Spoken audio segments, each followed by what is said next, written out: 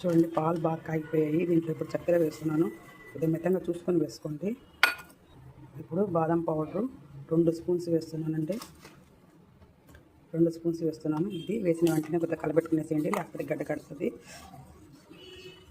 బాగా కలుపుకునేసాం కదండి. ఇప్పుడు జీడిపప్పు బాదం పప్పు పేస్ట్ అని చెప్పాను కదండి. ఈ పేస్ట్ని దీంట్లో కొద్దిగా పాలు కానీ పోసానండి. పాలు వేసి మిక్సీలో వేసాను.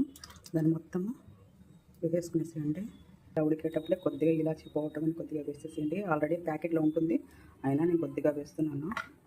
పాలు ఇప్పుడు చల్లారిపోయేసాయి. వీటిలన్నిటినీ మనము ఐస్ ట్యూబ్స్లో పోసేసుకుంటాము. ఐస్ ట్యూబ్స్లో ఇలా అన్నిట్లో ఫుల్గా పోసేద్దామండి. ఇలా అంతా మొత్తం పోసేసాం కదండి. వీటికన్నిటికీ మూతలు పెట్టేద్దాము. ఇంకా ఇట్లా అన్నిటికీ మూతలు పెట్టేద్దామంటే చూడండి, ఇట్లా అన్నిట్లో పోసేసాం కదా. ఇప్పుడు వీటిని డీప్ ఫ్రిడ్జ్లో పెట్టేద్దాము. మనం ఫ్రిడ్జ్లో పెట్టుకున్నాం కదండి ఐస్ ట్యూబ్స్.